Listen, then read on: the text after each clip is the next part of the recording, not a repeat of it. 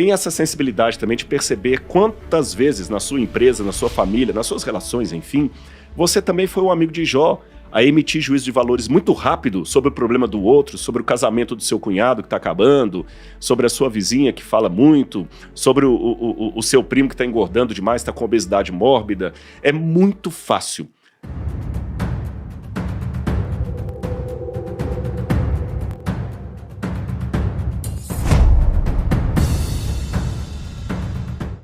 Bom, então olha que loucura. Então a gente passou aqui pela história, Jó estava bem, aí teve lá um encontro no céu, né? Satanás disse que Jó só era bem sucedido, digamos assim, porque Deus permitia.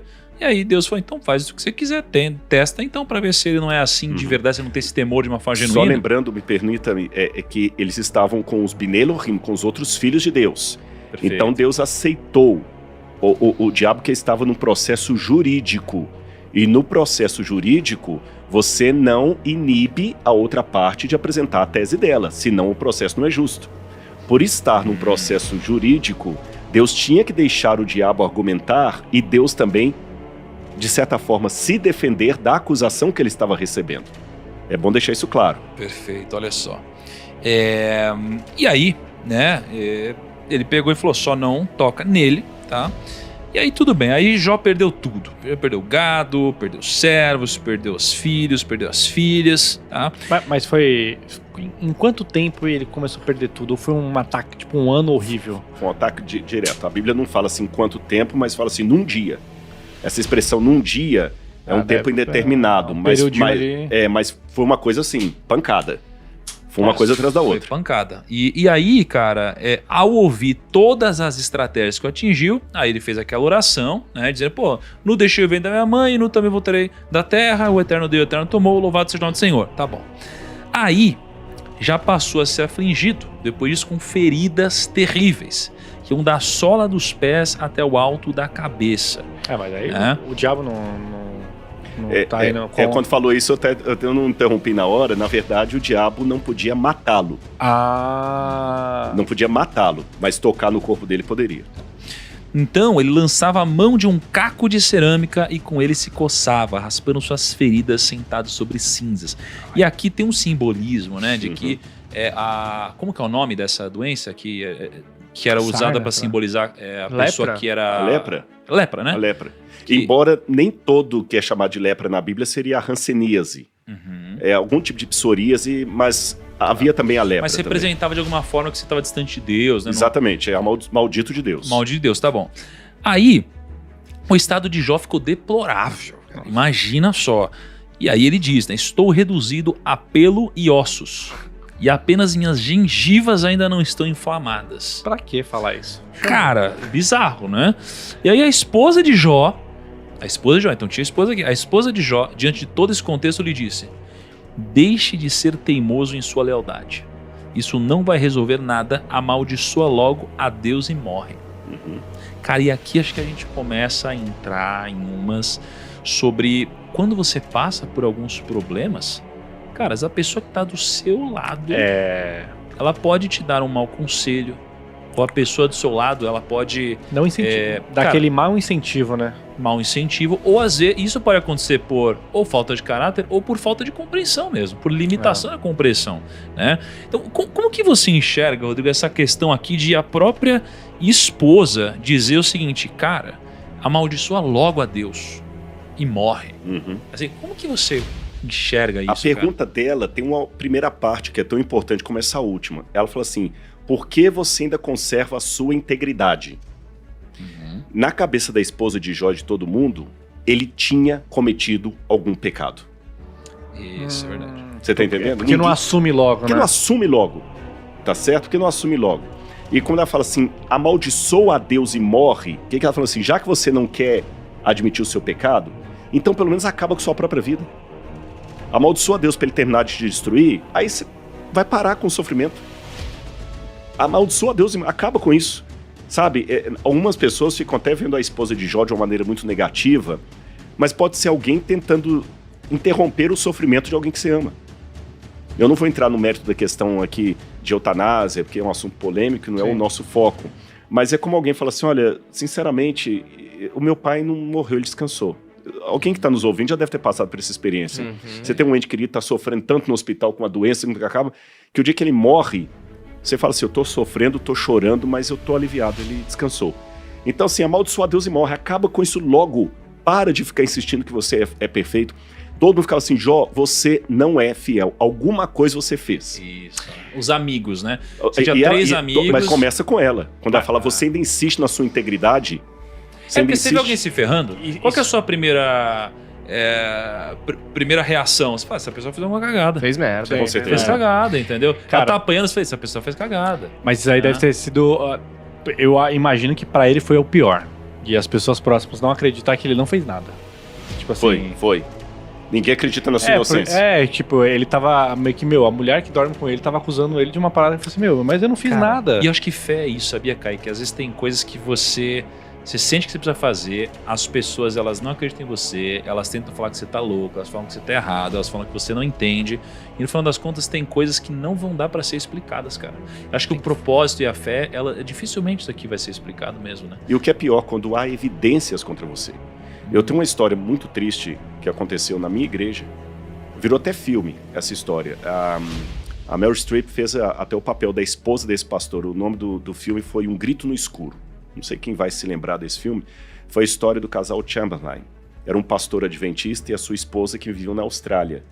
E a filhinha deles, Azaria, recém-nascida, foi devorada por um lobo, por um dingo. Só que, para resumir a história aqui, o casal foi acusado de bruxaria, que eles mataram a criança num ritual de satanismo, na época. E foi um processo que se arrastou por anos. E a senhora Chamberlain, ela foi presa, ficou anos na cadeia. E o marido pegou uma pena menor, que ele ficou como cúmplice, e ela é inocente. Provaram a inocência dela, acho que quase uns 10 anos depois que ela estava presa, né? Acabou com a vida deles, até virou um livro isso aí, um filme. Mas durante o processo, esse é o ponto que eu quero assemelhar com o Jó, teve um momento que ela começou a duvidar da sanidade mental dela. Caraca. Porque todos os indícios eram que eles eram assassinos, e indícios que ela sabia que não tinha nada a ver, mas que coincidiam. Eu vou dar um exemplo. A Igreja Adventista, por muito tempo, fez campanhas para acabar com o vício do cigarro. E tinha palestras que davam nas igrejas, e para a palestra ficar mais forte, eles levavam, às vezes, fotos de pulmão com câncer por causa do tabaco, levava um caixão. Eu já fiz esse tipo de palestra aqui no Brasil, colocava um caixão dentro da igreja e a pessoa fazia um ritual de colocar o maço de cigarro dentro do caixão, como uma renúncia, não vou querer morrer. É um processo que você sabe, em palestra hoje faz nas empresas, né? E coincidiu que quando os investigadores foram à casa dela, encontraram no porão uma caveira e um caixão, que era para esse tipo de programa. Mas para quem já estava sendo acusado de magia negra, encontra um caixão ali e uma caveira no porão da casa, no basement.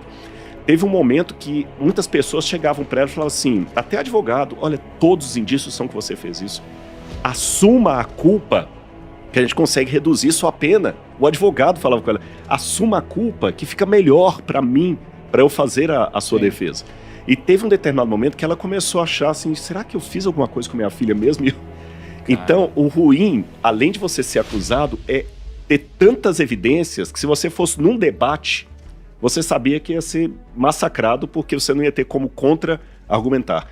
Essa era a situação de Jó. Ele não tinha como contra-argumentar, ele sabia que ele era inocente, mas ele não tinha evidência nenhuma para escrever uma peça jurídica a seu favor. Então a gente tira algumas coisas daqui, né? A gente tem a nossa jornada que está sendo criada e às vezes ninguém vai acreditar em você, às vezes as evidências vão mostrar que você está errado, às vezes todos vão ter certeza que você está errado. As pessoas vão distorcer as pessoas vão distorcer a realidade. Qualquer indício de que possa estar do seu lado, as pessoas vão criar uma narrativa contrária, mas ainda assim, às vezes a melhor resposta é você continuar e dar tempo ao tempo. Silêncio.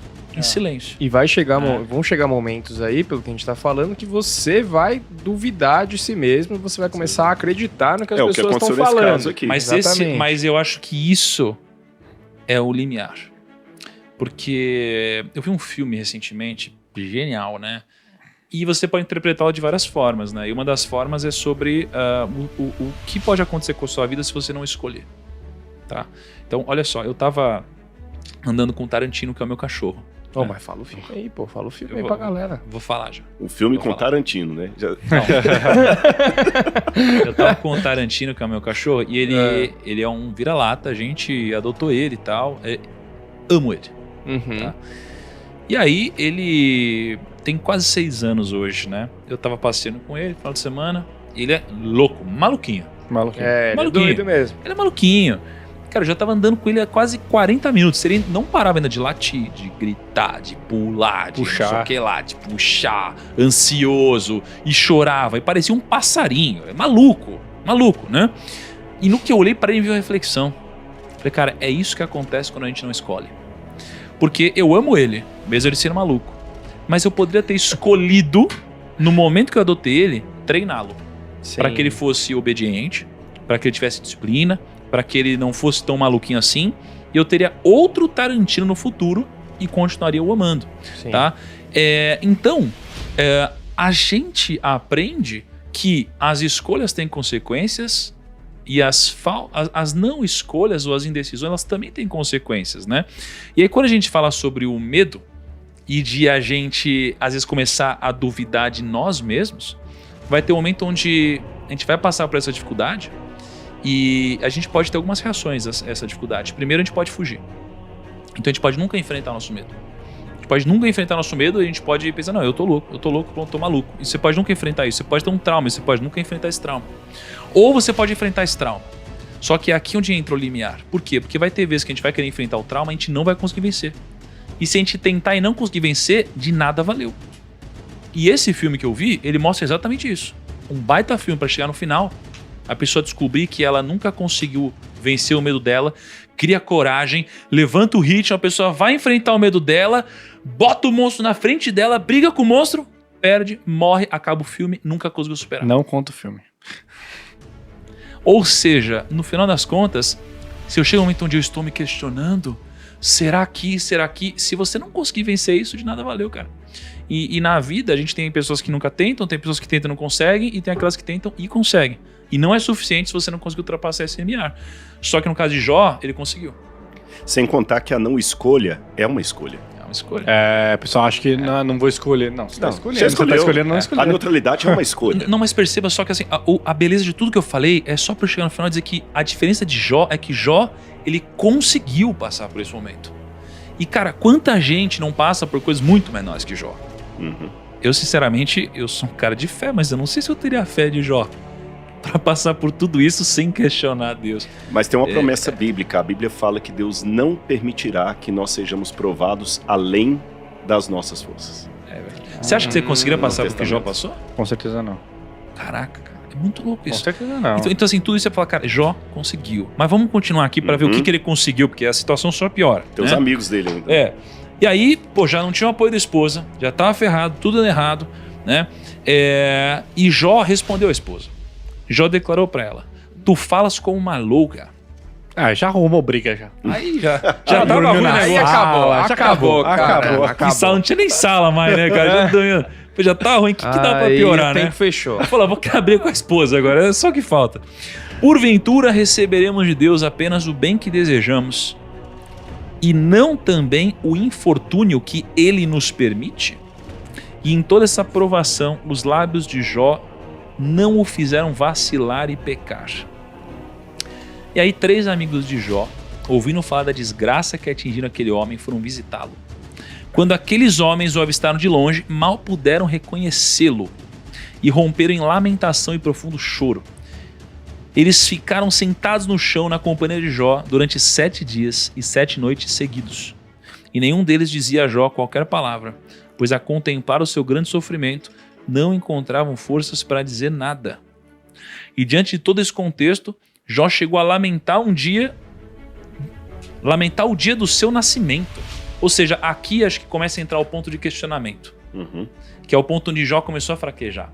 Porque ele estava passando por dificuldade, a esposa fez uma recomendação para ele, né? Aí os amigos começaram a duvidar dele. Pô, todo mundo ao seu redor duvida de você, você começa a duvidar de você, como vocês falaram. E aí Jó começou a lamentar o dia do seu nascimento. Que seja aniquilado na história o dia do meu nascimento e a noite em que se anunciou um varão nos nasceu. E é totalmente compreensível que, mesmo sendo considerado um homem temente a Deus, Jó tenha em determinados momentos murmurado e questionado a soberania de Deus sobre ele e como que Deus agia e reagia em relação a cada ser humano, pois sendo ele um homem íntegro, estava enfrentando tamanha provação, tá? Então, o que você pode tirar daqui, Rodrigo, em relação aos amigos dele? A primeira questão aqui, o mito, é que eu também tinha muitas dúvidas sobre Jó, ainda tenho. A gente sempre fala amigos de Jó, fala da paciência de Jó, mas tem um provérbio também análogo, os amigos de Jó, que é a mesma coisa de amigo da onça. Mas vamos raciocinar um pouquinho. Olha o que o Tiago acabou de ler. Os amigos vieram de longe, ricos, sentaram com ele no lixão. Traduzindo para hoje, Jó morava nos jardins, foi ficar no lixão mesmo, debaixo ali, no lixão, coçando com o caco. 3 amigos tão ricos como ele, vêm de lá dos jardins, cara que jogava golfe com ele, você entendeu? De tênis, quadra de tênis, que viajava com ele pelas ilhas gregas, que pegaram carona talvez com ele no carro chique dele, qualquer coisa. Agora esses caras vêm e eles vão onde ele está. E ficam 7 dias ali lamentando com ele. Pô, os caras são amigos dele. Porque normalmente, você sabe, no mundo empresarial, quando você perde tudo, olha lá, o cara nem responde seu WhatsApp mais. Olha lá, hein? E na festa, talvez, finge que nem te conhece. Olha lá. Os caras vieram. Então, peraí, os amigos de Jó não eram tão amigos da onça assim, senão eles não iriam lá. Você acha que eles só não eram bons conselheiros? Eu vou responder sua pergunta com outra pergunta. Para ser bom conselheiro, você acha que o camarada deixaria as empresas dele para ficar 7 dias com o outro lá só aconselhando? No mundo empresarial que vocês vivem, se o cara não fosse um amigo de verdade, você se ferrar e perder tudo, ele vai deixar o business dele, porque naquela época o pessoal também tinha a sua vida ocupada, para ficar 7 dias do seu lado só te aconselhando? Então, na verdade, eles eram amigos mesmo. Amigos mesmo. Mas se eles eram amigos, então peraí, agora eu vou fazer outra pergunta. Você tá ferrado, perdeu tudo. 3 amigos vêm de longe, dispostos a largar todo o emprego deles para ficar te aconselhando durante 7 dias. Não era mais fácil te dar uma ajuda financeira? Ô Jó, não fica aí no lixão não, eu vou te arrumar um apartamento, eu vou pagar uns 3 meses de aluguel pra você. Você entendeu? Então tem um paradoxo aqui. Eles eram tão amigos que eles vieram se condoer com ele. E a Bíblia não fala que foi falso o sentimento deles, fala assim, eles viram que a dor era muito grande e eles participaram dessa dor. Mas se eles participaram dessa dor, por que eles não fizeram nada, nem deram ajuda financeira pra Jó, nem tiraram o Jó do lixão ali? Por uma única razão. O cara tava com medo de... Medo de completo. Medo de cair sobre ele, a ira de Deus. Tá indo certinho. É porque eles tinham uma opinião exatamente sobre o porquê ele estava assim. Ele estava assim porque ele foi... Porque ele tinha pecado. Ele tava pecado. Eu gosto demais de você, mas se o juiz mandou você prender, você tá lá na cadeia, eu não vou entrar com os meus guardas e tirar você da cadeia porque eu sou seu amigo. Porque se a justiça te prendeu, a justiça sabe o que tá fazendo, teoricamente. Sim.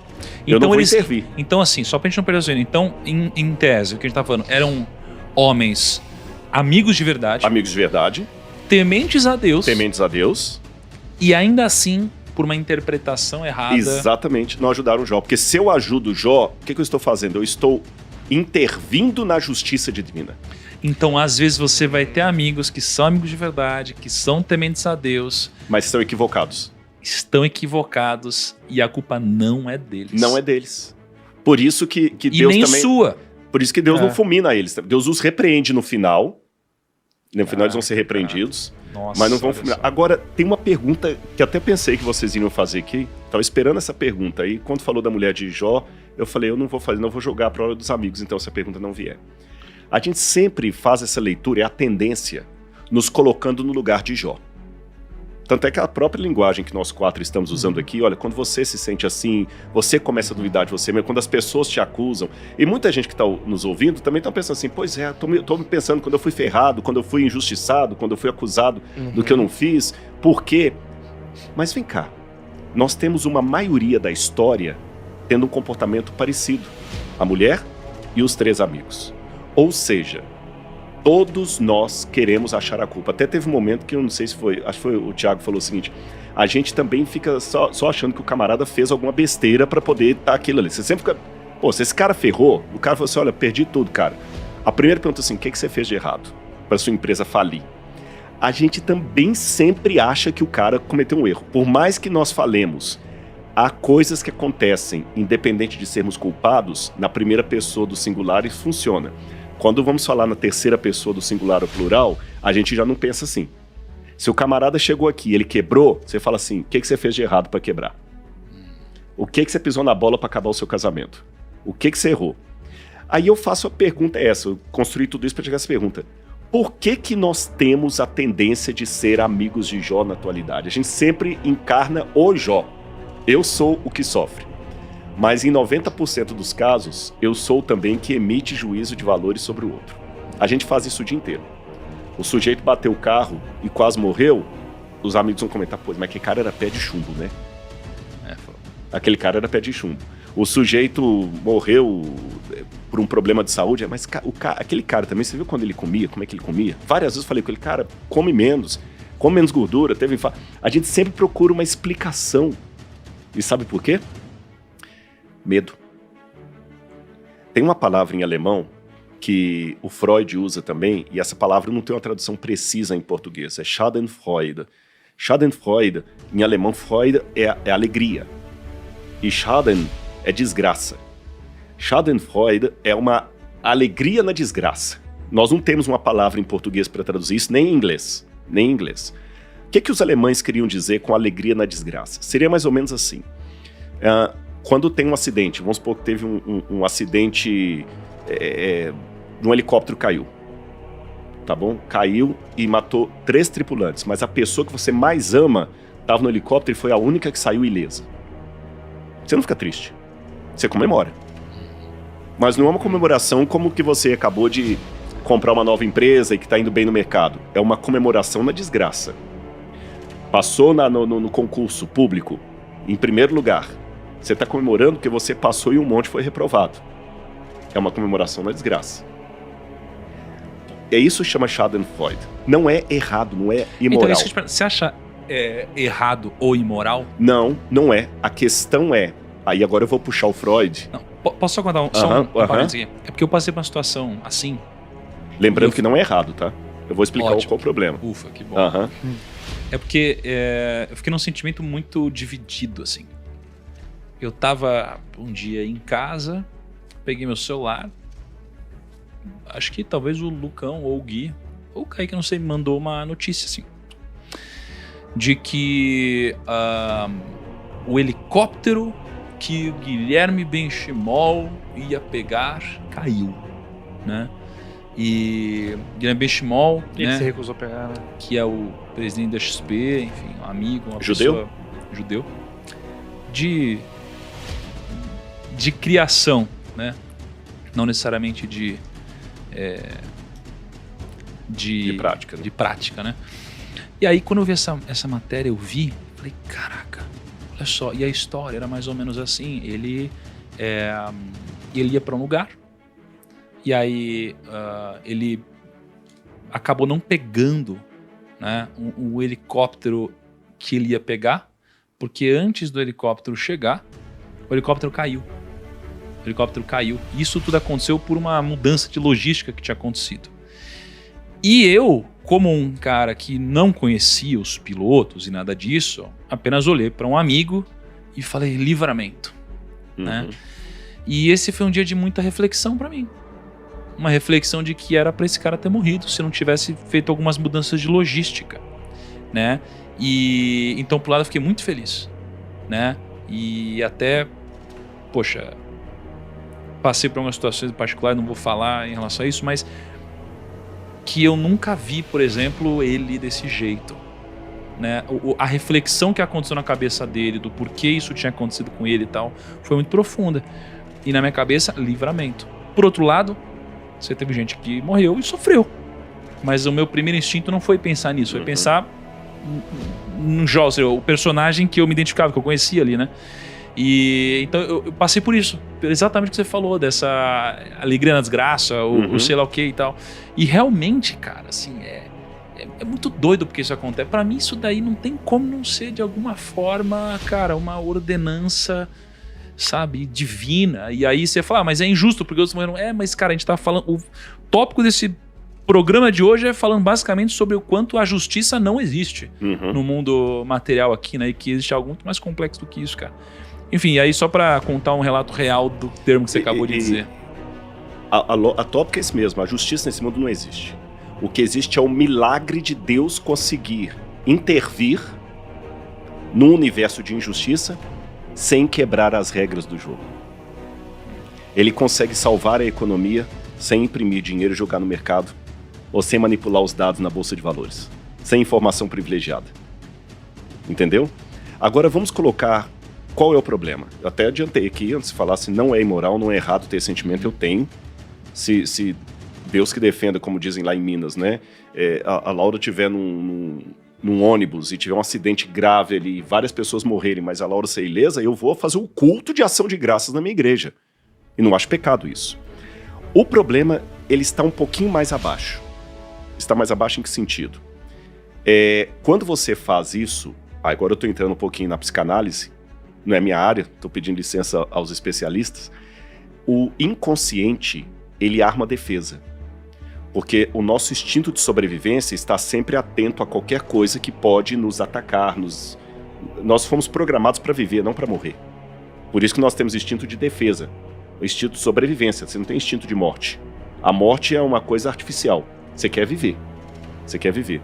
Então o seu inconsciente, quando ele escuta uma tragédia, ele já faz um cálculo mental, numa fração de nanosegundo, e sabe que você tem um risco de ter aquilo ali também. Eu já andei de helicóptero, você já andar de helicóptero, qualquer um de nós podemos cair, tá certo? Pior transporte do mundo. Eu nunca andei. É legalzinho. Não cai nessa, não. Eu vou permanecer assim. Não, eu já andei, mas...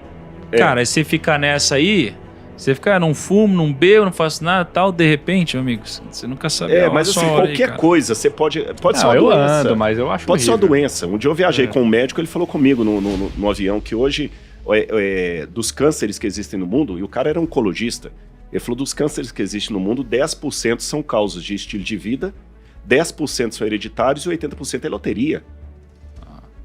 Então eu tô dando essa informação aqui agora, o inconsciente de todo mundo que está ouvindo a gente, inclusive de vocês aqui, tá assim, poxa, eu também posso estar nos 80%, então eu posso também ser sorteado aí e ganhar um câncer. Para você não entrar em pânico, o próprio inconsciente que alerta você daquele perigo, ele te acalma. E ele acalma como? Colocando uma explicação. Eu acabei de pensar nisso. Eu falei assim, tem muita gente no mundo. Exatamente. Ele vai te dar uma explicação, mas ele te dá uma explicação para te acalmar, senão você entra em neura. Na verdade, a máquina que o criador fez é maravilhosa, né? Pra você não entrar em maluquice. Então ele arruma uma explicação. E a explicação, geralmente, é uma explicação que coloca valor moral, é o que não devemos fazer, no porquê do livramento do Beshmol e do não livramento dos outros. Não é do tipo, porque ele é bonzinho. Porque ele é bonzinho, porque Deus só tinha um livramento para ele, mas não tinha para os outros, porque ele merecia, os outros não mereciam. Mas a gente acaba caindo nisso para livrar a nossa própria pele. Como eu não quero ficar viúvo, qualquer coisa que acontece com a mulher foi assaltada em São Paulo de madrugada e tudo. Mas também, né? Mulher andando de madrugada em São Paulo dá nisso. Por que eu tô falando? A minha não anda de madrugada em São Paulo. Quando eu falo essa explicação, na verdade, eu estou acalmando a minha mente contra o medo da viuvez. Só que na nossa calmaria mental, no inconsciente, a gente acaba perdendo o crivo e extravasa isso em forma de texto, de argumento, de tese. E aí começamos a partir para o julgamento do outro. É o Carl Jaspers que dizia, a gente acaba julgando o outro com o nosso código de valores. Você começa a dar explicações para o sofrimento alheio e soluções para as dificuldades alheias. Como é fácil resolver problemas dos outros? É muito fácil, né? Você olha e você fala assim, E aí isso é uma das coisas, não a única, que o livro de Jó quer corrigir. A aprovação que você está passando não é necessariamente porque você é um desgraçado. Não, obrigado, eu não quero. A aprovação que você está passando não é necessariamente porque você é um desgraçado. E a bênção que você está recebendo não é necessariamente porque você é o cara. É porque Deus tem um plano maior do que a sua bênção. Forte isso. Ele tem um plano maior do que a sua aprovação. E mesmo que você seja o cara assim, o cara, no mundo espiritual, se Deus precisar do seu martírio para servir de testemunho para a conversão de alguém, ele vai deixar você ser martirizado, ele não vai interromper a pena de morte como ele não interrompeu de Paulo. Você entendeu? Ele permitiu, não desejou. Permitir é diferente de desejar. Ele permitiu, talvez, que 6 milhões de judeus se tornassem vítimas de Hitler, para que hoje eu pensasse um pouquinho mais nos riscos que o mundo corre de criar uma tragédia. De repente, a morte daquele judeu não foi porque ele merecia morrer, mas de repente aquela morte daquele judeu me faz pensar um pouco mais na vida. Entenderam? Então, provações ou problemas não vêm porque você é um desgraçado, porque você é o cara, necessariamente. É lógico, não vou aqui ser leviano. Há muitas bênçãos que vêm das suas atitudes. Eu fui bem no mercado porque eu fiz tudo direitinho. Há bênçãos que vêm das virtudes. Sim. E há aprovações também que vêm dos vícios, né? O cara passou a vida inteira fumando, tem um pulmão podre, é consequência. Mas eu quero dizer que na matemática da vida, nem todas as bênçãos ou provações vêm necessariamente por causa dessas coisas identificáveis. Na melhor das hipóteses, Jesus deu o conselho: não julgueis, para não serdes julgados. Isso daí, você sabe onde fica mais forte ainda, cara? Você vê quando... eu ouvi um cara chamado Jackson, ele falou isso, eu achei sinistro. Você pega o que você acabou de falar sobre o julgamento. E aí, você pega a história de novo de Jesus e o diabo no deserto, a provação. Aí o que a gente tira dessa história? Quem mandou Jesus para o deserto foi o Espírito. Quem botou Jesus no topo do monte foi o diabo. Então, nem toda vez que você olha para alguém lá em cima, foi Deus ou Jesus ou a bênção que colocou. E nem toda vez que você vê alguém passando por um deserto, foi o diabo que te fez passar. Então muitas vezes você olha para alguém muito grande hoje, alguém com muita grana, alguém com muito patrimônio, alguém com muito sucesso, nem sempre foi Deus que colocou ele lá, né? Então realmente não tem como a gente julgar, cara, porque existe uma justiça completamente diferente da nossa que rege o mundo. E da mesma maneira eu falo até para os religiosos, como eu, que estão nos ouvindo. Nossa. Porque a gente que tem uma religião, eu também vou lavar a roupa suja em casa aqui. A gente tem muito a tendência, eu estou abrindo um jogo com vocês. Eu amo ser um adventista, mas eu também vejo os defeitos das religiões de modo geral, principalmente evangélicas. Nós também, eu falei do Carl Rogers, vou repetir, a gente julga muito o outro com o nosso código de valores. Então, o que acontece? Eu não sou a favor da prostituição, de maneira nenhuma. Nem da pornografia. Para mim são coisas que têm que ser banidas. Prostituição e pornografia não tem lugar no mundo civilizado, na minha opinião. Mas às vezes tem uma menina que está se prostituindo e fazendo um vídeo pornô na internet com uma simplicidade e uma ingenuidade melhor do que muitas que estão na minha igreja adorando comigo. Às vezes foi uma menina que foi violentada pelo pai a infância toda, e às vezes o pai era um religioso, onde ela tem um trauma. Não estou falando com isso que Deus agora fala: não, minha filha, já que você está se prostituindo e produzindo pornografia porque você foi violentada, você pode, que não tem problema. Não. Ela está sofrendo muito pela vida que ela caiu nela. Só que eu olhando de fora, eu estou vendo mais uma garota de programa. Você entendeu? Mas Deus consegue ver o coração. Então, por isso que eu continuo denunciando pornografia e prostituição. Mas vocês estão entendendo a diferença entre denunciar o pecado e abrir margem para o pecador? Essa é a questão. Cristo não brincou com o pecado. Mesmo a mulher adúltera, que os caras queriam apedrejar lá, que ele falou: quem não tiver pecado que atire a primeira pedra, e todo mundo saiu fora, Jesus amou a pecadora. Mas ele falou com ela: vai e não peque mais. Jesus falou: agora, filhinha, pode continuar porque eu vou estar te... Não, vai e não peque mais. Mas eu tenho que ter essa sensibilidade. Nem todo mundo que está rezando nas igrejas está fazendo aquilo por sinceridade no coração, e nem todo mundo que está numa vida completamente oposta aos valores que eu acredito está naquela vida por falta de vergonha na cara. Então, por isso que tem uma parábola que Jesus contou, e dessa parábola a gente pode voltar para Jó para não tangenciar, que é a parábola do joio e do trigo. E o joio e o trigo são muito parecidos. E a Bíblia fala que só na colheita você vai poder separar o joio do trigo. Nem os anjos de Deus podem fazer isso antes do tempo. Está na parábola de Jesus. Qual que é o meu papel nessa parábola? Ser semente e dar fruto. Agora, o que a parábola me ensina é que nem o trigo sabe quem é joio. E nem o joio sabe quem é trigo. Só na colheita vamos saber quem é quem. Só que a gente passa a vida inteira transgredindo a hermenêutica da parábola e com o nosso dedo apontando. Esse aqui é joio. Então o que ele faz? Agora aquele ali é trigo, porque ele é um camarada gente boa. E geralmente o gente boa é um cara que está coadunado com a minha agenda. Quando você está coadunado com a minha agenda, você é gente boa, você é o cara, você é demais. Quando você não está coadunado com a minha agenda, você já está condenado ao inferno. Sabia que foi uma parábola que você falou em... Não sei onde, acho que foi um desafio em 2021 que me acalmou muito com o crescimento da empresa. O grupo tava se formando, tava entrando. Daí quando você falou isso, eu falei assim, tá tudo bem. Então. Essa interpretação é muito boa. Que você a parábola do joio e do trigo. Eu trouxe, né, de novo, né? Eu tenho uma tendência a tentar... Eu acho que tem muita gente falando sobre a Bíblia, etc., já com um viés. E eu quero trazer um outro ponto de vista sobre isso, né? Então, eu tento trazer muito... as parábolas, etc. Como são princípios, eles são aplicáveis a tudo, desde relacionamento até negócio, a tudo, porque são princípios, né? E aí eu olho para a parábola do joio e do trigo como algo um pouco diferente, porque ele diz o seguinte, né? Que se ele tentasse arrancar o joio antes do tempo, ele ia acabar arrancando muito trigo junto. E a gente estava num momento de amplo crescimento. E aí tinha uma pessoa aqui dentro que a gente estava pensando se a gente demitia ou não, né? E aí a reflexão veio exatamente quando eu li essa parábola, que eu falei, cara, se a gente demitir essa pessoa agora, na nossa concepção ela é o joio, mas se a gente tirar ela antes do tempo, a gente vai machucar toda uma organização, então a gente vai arrancar muito trigo antes. E na parábola diz que eles esperaram deixar todo o trigo crescer para então separar o joio do trigo. Então no nosso caso, essa parábola veio como uma palavra de maturidade para que a gente esperasse isso daqui se desenvolver, e aí quando o trigo tivesse completo e maior, aí a gente poderia retirar o joio sem trazer danos ao trigo. Você acabou repetindo a história de Jó e respondendo por que Deus não tirou o diabo e deixou ele ainda ficar argumentando. O diabo é o joio da história. Se tirasse antes da hora, se Deus tirasse antes da história, Caraca. Por isso que Deus permitiu ainda o sofrimento de Jó, permitiu o joio ali enchendo o saco.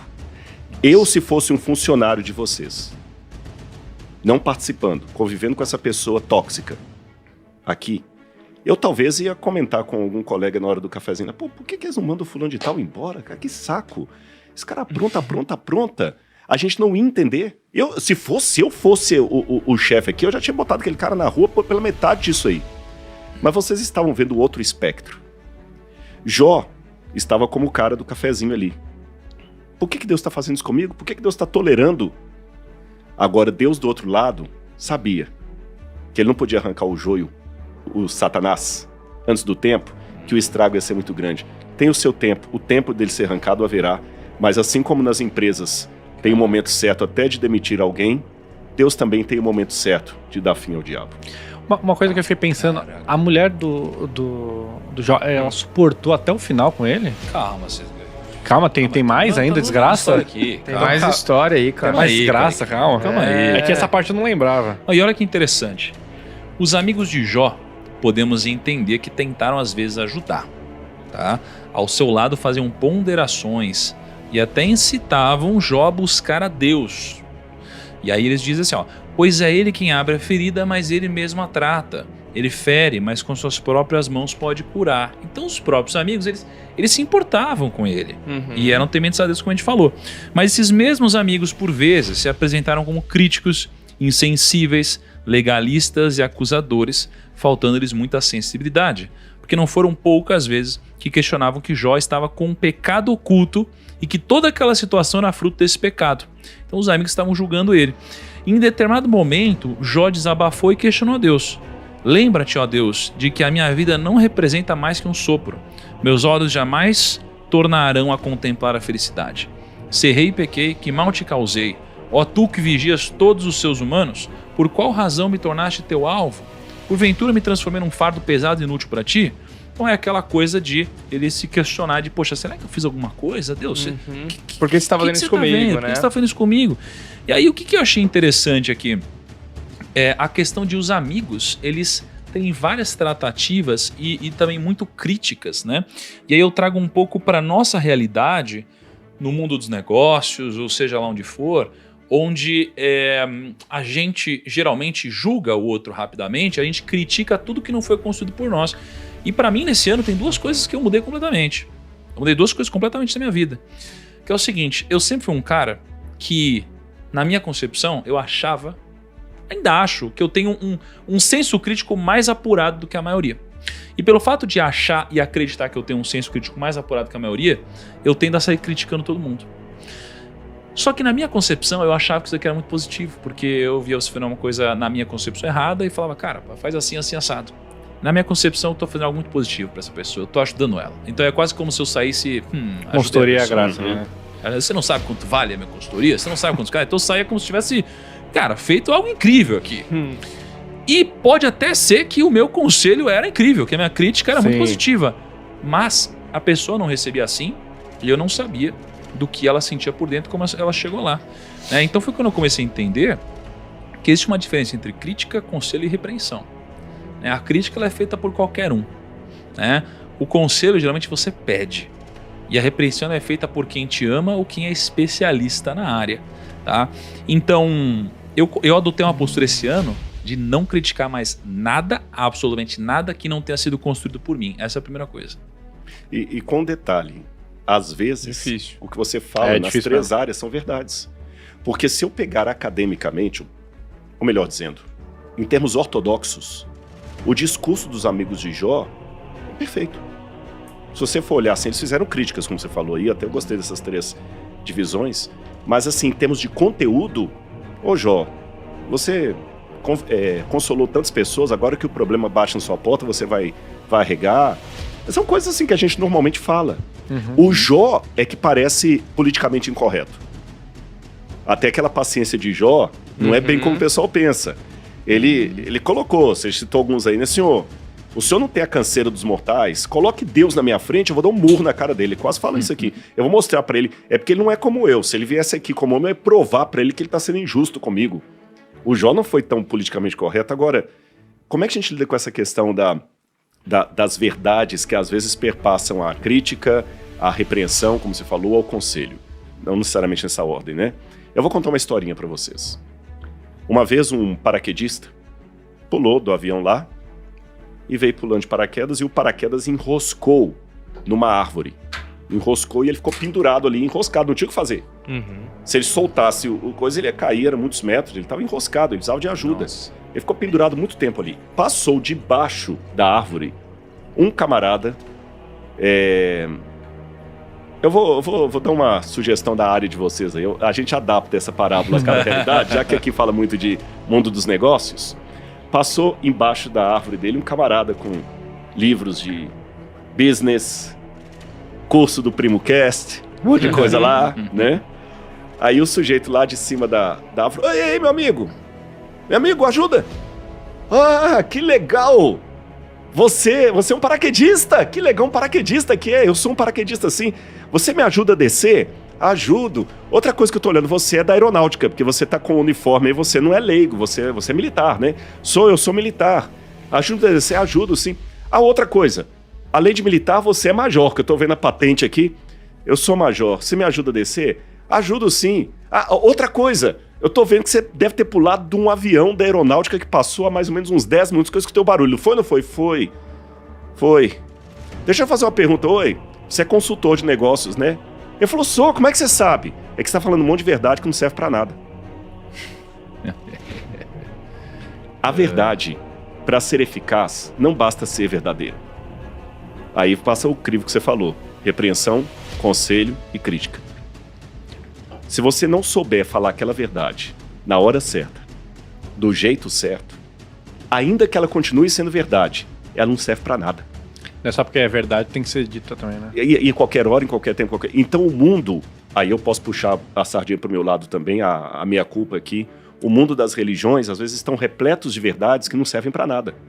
Não deixam de ser verdades. Mas naquela hora, é o pra ser dito daquele jeito, daquela maneira. Então, um dos grandes erros dos amigos de Jó, e quando eu falo isso, eu convido a todo mundo que está ouvindo a gente, não encarne só o personagem Jó. Quando você começou a ouvir esse podcast, você já pensou assim, eu sofro tanto, eu sou o Jó. A gente sempre quer ser o herói da história. Ninguém quer ser o Coringa, todo mundo quer ser o Batman, né? Eu sou o herói, eu sou o bonzinho, eu sou o mocinho.